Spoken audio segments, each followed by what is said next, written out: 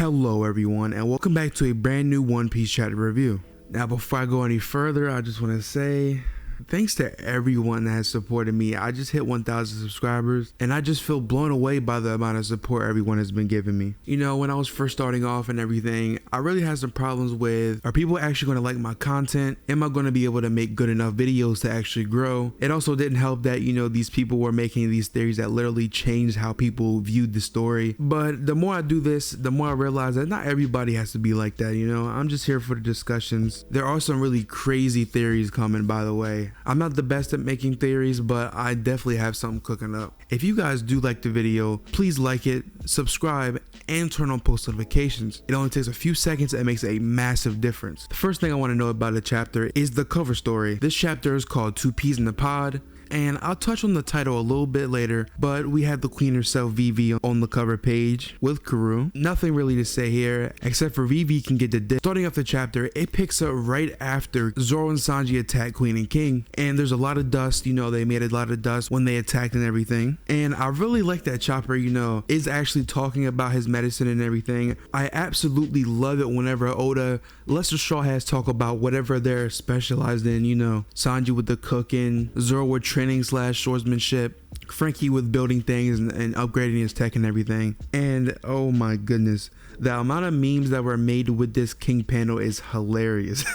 Like, dog, if I can find any of the screenshots from you know, Discord and everything, I'll put them up, but they had me absolutely dying. King really is just emotionless, man, and I feel like it has a lot to do with his race. I feel like his personality is going to be heavily relevant to whatever happened to his race, and that is actually touched on later in the chapter. But moving forward, as Zoro's kind of, you know, just chilling and everything, looking around, some beast pirates decide to fire at him, and Kawamatsu actually just coming out of nowhere and absolutely fighterizing this dude. And basically Hirogoro and them are saying that you can't let anybody interfere with this fight. This is an important fight. You cannot let these two get damaged in the slightest. These people are going to be important in the end game. These people are going to be important in the war. They're going to be important right now, wherever. And they even acknowledge, you know, even the look on their faces is just screaming like they're in their going mode. They're ready to fight. They're ready to kill. Not really kill, that's an over exaggeration, but you know what I mean. And just knowing their place, how they know they'd get in the way. Now we get some, you know, kind of lore on King's race, and we actually get it through Marco's perspective and how Whitebeard is talking and saying how he only thought Mary Joao was,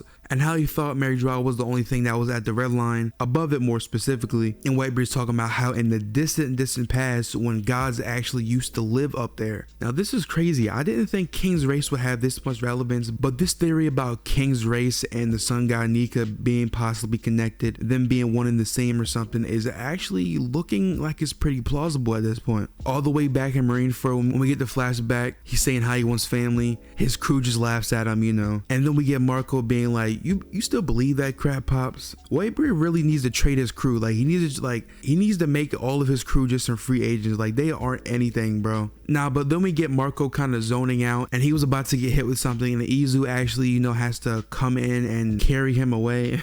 And then we get King rapping. What? That might have been one of the funniest things I have seen all week. I can't even lie. I know Queen is kind of, you know, quirky, but that's just hilarious, bro.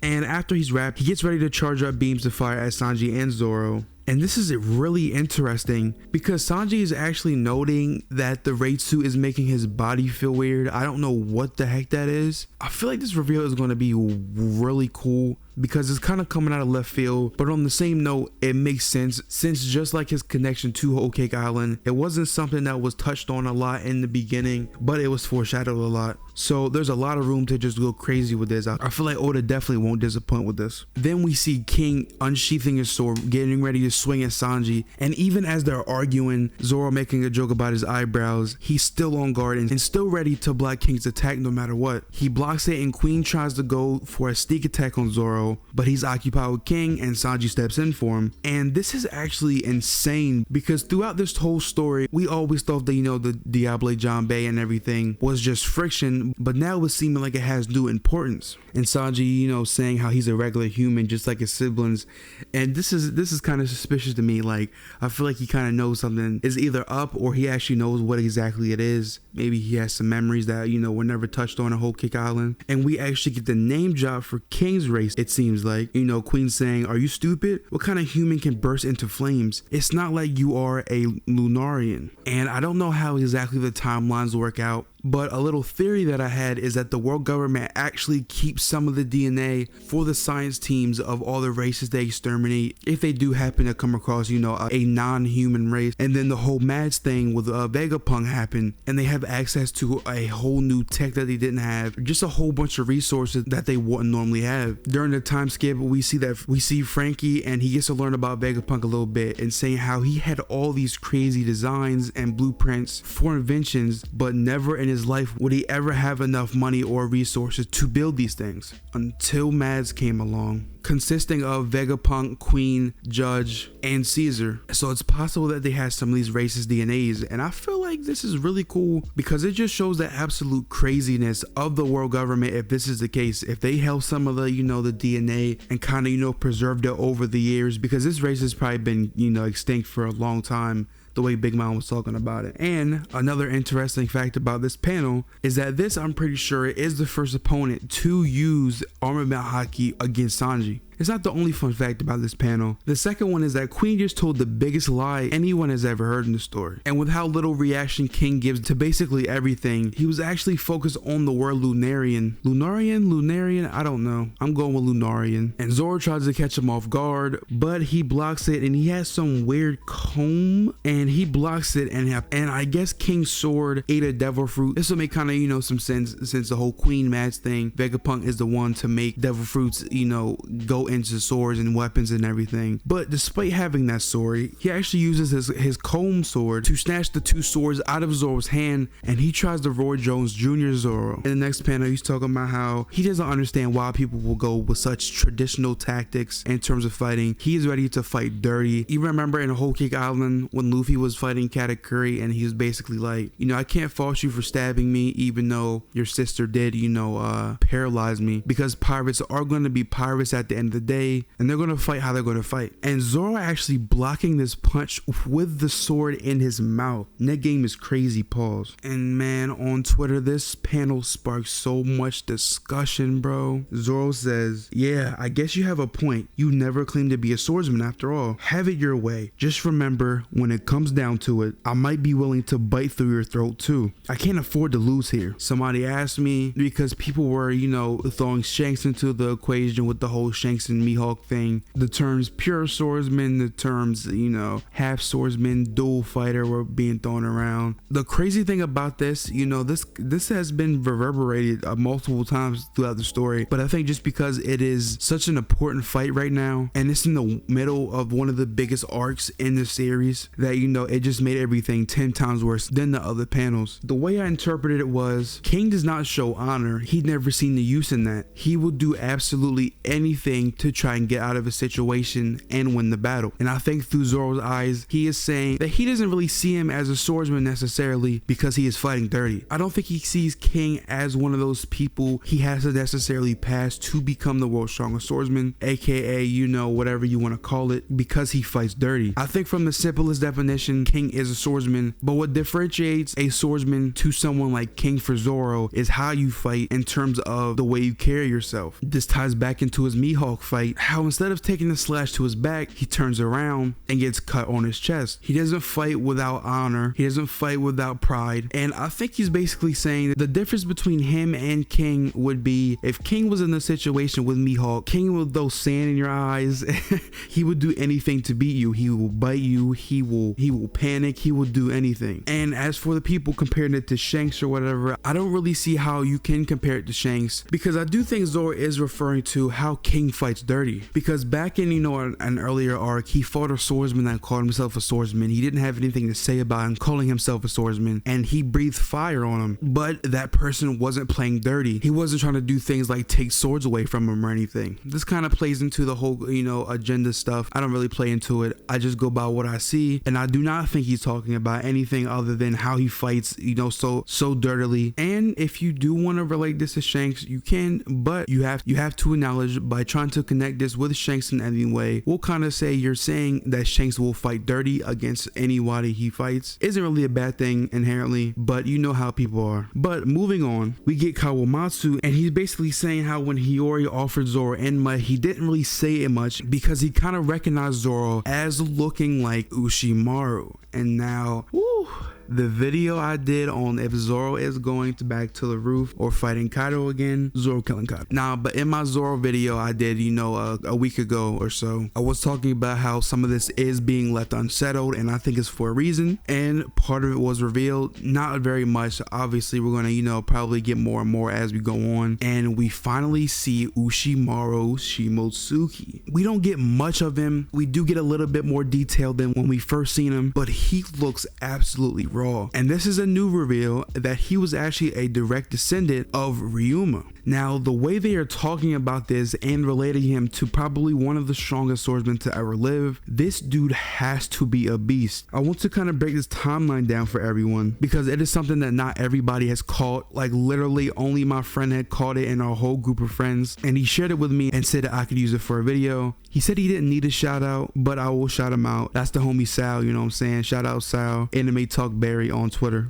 Go follow him. But he basically breaks it down as such. There is a panel from 20 years ago of rebelling back against Kaido and Orochi. So this great rebellion started 20 years ago. That's the first in the timeline. 13 years ago, Kawamatsu was about to commit seppuku at Ringo. And at this time, it had only been 5 years since the downfall of Ringo. So this means that Ushimaru leading the Daimos by himself, him in this region alone lasted 2 whole years by themselves against Kaido. 13 years ago, then go back 5 more years, that gets you at 18 years, and that's when Ringo actually fell. This leaving a 2-year gap in which Ushimaru, presumably leading the Ringo Legion, actually faced off against Kaido. It's confirmed that Kaido did have some type of interaction with Ringo, as they said he was the reason it fell. He made sure it was destroyed. It's a bit complicated math, but putting it all together, and you can make some crazy theories up. Some people are saying that, you know, the whole Ashura thing of the Shimotsuki clan, or the actual demon traits of it, not necessarily the technique. Some people are saying that Nidakatetsu was in fact Ushimaru's sword, but either way, whatever theories you have, this dude has to be crazy strong. Apparently the kanji that they used talking about Ushimaru was the same as they talk about, you know, other great swordsmen that only Ushimaru, Oden, and Ryuma have been used on when talking about them. Also Zoro and Mihawk, but Mihawk in Japanese is the strongest of these, you know, great swordsmen. So in my opinion, he at least has to be up there. And then we get another cool reveal in the same exact panel, and we get to see more of, you know, like current Ryuma, what he will look like, drawn in Oda's current style of art. And I didn't actually know this, but if you go back to the Bark, Ryuma actually has one socket that is out and one, you know, regular eye, and apparently he was also a one-eyed swordsman. And man, I can't even lie, bro, like Ryuma looks like in the series Zoro right now. He's looking, you know, just from that little panel, you know, you know how the silhouettes can get people talking, but he looks so menacing, man. I really do hope Oda does expand on this. He's definitely going to expand on it after Wano, after this war is over, you know, when Zoro goes to Ryuma's grave. And moving on, we actually go to the second floor where we see Jack's hybrid. There is so many reveals in this chapter, and he's basically, you know, telling Inu how he's about to, you know, put him down or whatever, and he goes to attack Inu and he does that flip. Jack keeps getting hit with this same, you know, counter flip. It's kind of funny, but he gets thrown through a building and then they both hop down, and it is actually revealed that some of the moon is still shining through the hole in the ceiling. And then we see Sulong Inu, and it looks like the fight for this arc for him is going to be Hybrid Jack. Two great designs. I love them both. We didn't get to see much of Jack's design, but he looks kind of like a minotaur but with a mammoth, you know. He looks pretty cool. And we get a panel of the Skull Dome, and it is Sulong Nekomamushi versus Perospero. Perospero actually looks already out right now. He must have got done with completely quickly. Like, oh my goodness, bro. Oda is really wrapping things up so fast. Like, these aren't even tough fights. I know obviously, you know, Sulong Nekomamushi versus Perospero isn't a tough fight in general. With the other fights, even with characters we perceive as really strong, these characters are taking them out pretty fast. And again, on the second floor inside the castle, we see some glimpses of Razo versus Fukugojuku. Not really much to go on here, but in Udon, the remainder of Law's crew that's, you know, chilling there, they actually think Kaido was there, but we see a spread and it is adult Momonosuke in dragon form. Oda is actually in his bag with this. Like, I can't even lie right now. And I'm assuming Momonosuke, you know, told, you know, Luffy to get back, or that might have been Shinobu, either one of them, but I'm assuming he doesn't know how to control his powers just yet right now. He probably knows the basics, like, you know, flying, walking around, but you know, he could probably unleash some dragon breath, some boar breath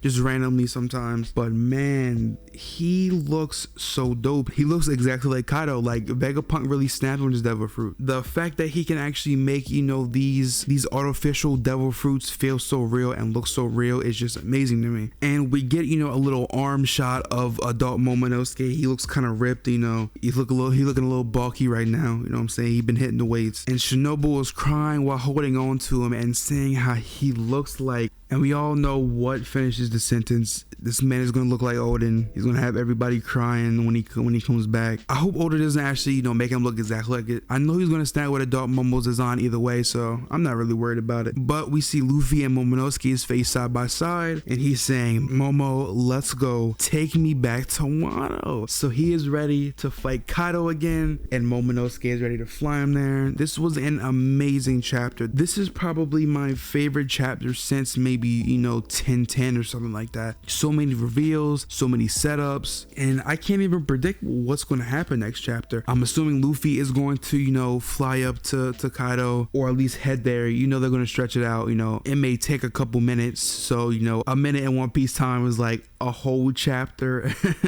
I'm assuming, you know, we're gonna get some more King and Queen versus Zoro and Sanji action. With just a little bit we got with, you know, King, Queen, Zoro, Sanji, I definitely know it's gonna exceed expectations, especially with how low-key King has been. He's just been chilling, bro. He doesn't say too much, but I know there's something deep hiding there. And what are your thoughts on the Lunarian race? Have any, you know, crazy mythology connections you have that you want to share? Let me know in the comments. And as I close this video out, please like the video, subscribe, and turn on post notifications. Until next time, everybody have a great day. Peace.